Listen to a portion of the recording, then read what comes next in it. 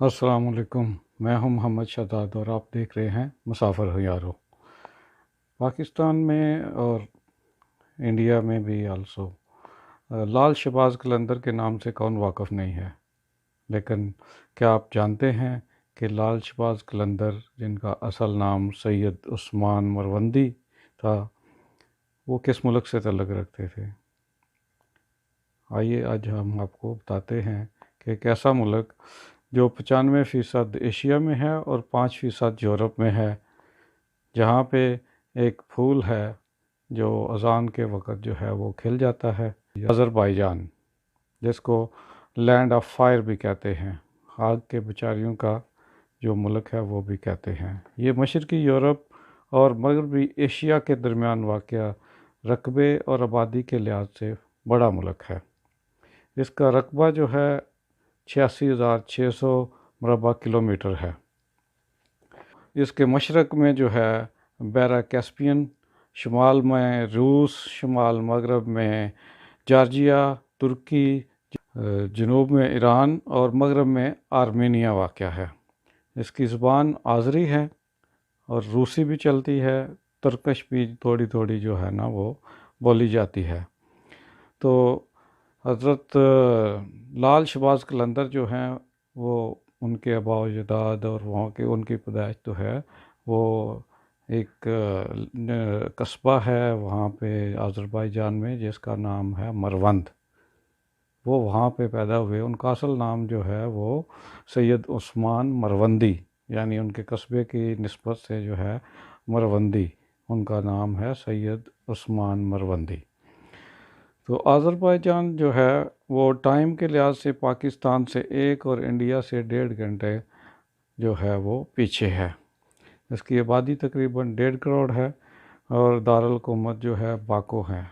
बाको जदीद तर्ज़ तमीर की बिल्डिंगें हैं, वहाँ पे पुराना आपको आर्किटेक्चर भी मिलेगा और हिस्ट्री के लिहाज से जो है वो बहुत रिच है। ये मुल्क रूस के अंडर रहा है तकरीबन 1918 से लेके तो 1991 तक, तकरीबन 70 साल जो है ये रूस के ज़ेर तसल्लुत रहा है। और आपको वहाँ पे जो है उनका कल्चर जो है वो मोस्टली रशियन ही है, यानी उनका लिबास और कल्चर के हिसाब से आपको वो रूस को ही ज़्यादा फॉलो करते हैं।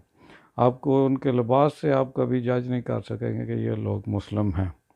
वहाँ पे 80% जो आबादी है वो शिया मुस्लिम हैं, 15% जो सुन्नी मुस्लिम हैं, 4% जो है ईसाई जिनका। इसकी जो है वो स्पेशल त्यौहार जो है इनका जश्न नौरोज़ होता है। ये बड़ा त्यौहार है और काफ़ी दिन तक चलता है। ये सेम सेम ईरान में भी ये जश्न नौरोज़ मनाया जाता है। यहाँ पे जो है दुबई वगैरह में है। इसी तरह लोग याशी के लिए जो है वो अज़रबैजान का भी रुख करते हैं। अज़रबैजान वैसे दुबई की तरह टूरिस्ट जो है अट्रैक्शन है और इसका वीज़ा जो है वो इजी है। वो $45 में, यूरो में आप इसका वीज़ा ले सकते हैं। तो अगर नॉर्मल चाहिए 3 दिन में वीज़ा मिल जाता है। ईमेल पे आपको घर में बैठे बिठाए वीज़ा मिल जाएगा $25 में। ये $5 सर्विस चार्जेस होते हैं और $20 में इसका वीज़ा है। तो टोटल मिला के $25 में आपको घर बैठे वीज़ा मिल जाता है।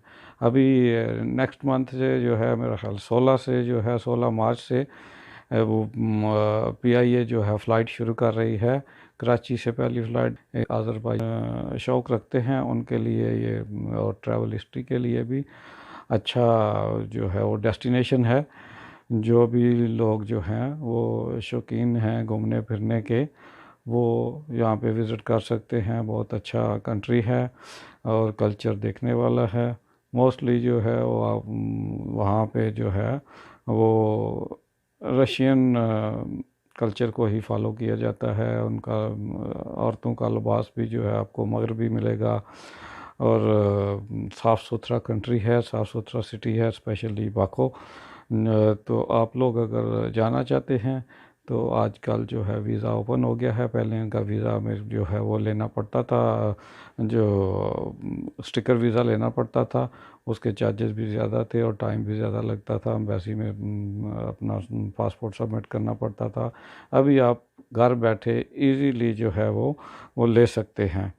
इसमें 30 जो है वो छोटे बड़े एयरपोर्ट हैं और जो है 30,000 किलोमीटर पे जो है वो रेलवे का निज़ाम भी है, अंडरग्राउंड रेलवे भी है वहाँ पे। आपको शराब के ठेले जो है वो मिल जाएंगे। तो तरबूज जो है ये भी आप कह लें कि तरबूज भी जो है वो तरबूज का घर है ये। अज़रबैजान तरबूज का भी घर है। काम के लिहाज से अगर आप देखें तो काम यहाँ पे जो है ना वो नहीं है। आप अपना बिज़नेस करना चाहते हैं तो वो आप कोई भी कंपनी सेटअप कर सकते हैं। कंपनी सेटअप जो है वो मुश्किल नहीं है, लेकिन बिज़नेस के लिहाज से ठीक है। अगर आप काम के लिए जाना चाहते हैं, जैसे बहुत सारे एजेंट जो हैं वो इंडिया, पाकिस्तान, श्रीलंका, बांग्लादेश से जो है वो लोगों को ले जाते हैं कि हम आपको यूरोप लेके जा रहे हैं और उनको बताते हैं कि ये यूरोप में है। वैसी बात नहीं है, ये यूरोप में नहीं है। और क्योंकि मोस्टली जो आपको लैंग्वेज नहीं आती, जो रशियन या आज़री लैंग्वेज है, वो अगर आपको बेसिकली ज़ुबान ही नहीं आती तो आप क्या बिज़नेस करेंगे और क्या वो जो है ना वहाँ पे नौकरी करेंगे। तो नौकरी वैसे भी कोई 13% जो है उनकी बेरोज़गारी है, उनके अपने लोग जो बेरोज़गार हैं, तो हमारे लोगों को वहाँ से बेकाम क्या मिलेगा। तो करेंसी इनकी मनात है, जो पाकिस्तानी तकरीबन 9 के लगभग आप कह लें, एक मनात जो है उसकी वैल्यू है। और मोबाइल जो है तकरीबन हर बंदे के पास है और 80% लोग जो हैं यहाँ के वो इंटरनेट इस्तेमाल करते हैं। तो इसके अलावा और कोई आपको इसके मतलब जो है वो मालूमात चाहिए हों तो आप ले सकते हैं। दुनिया का सबसे बड़ा जो है वो KFC, वो भी बाको में है। और इनकी एजुकेशन जो है वो 90%, एजुकेशन रेशो जो है वो 90% है। यहाँ जो इकानमी का जो तल्लक है वो बेसिकली ज़्यादातर तो है वो तेल, गैस, ज़राअत पर डिपेंड करती है। और कारपेट जो है यहाँ पे वो भी बनाया जाता है।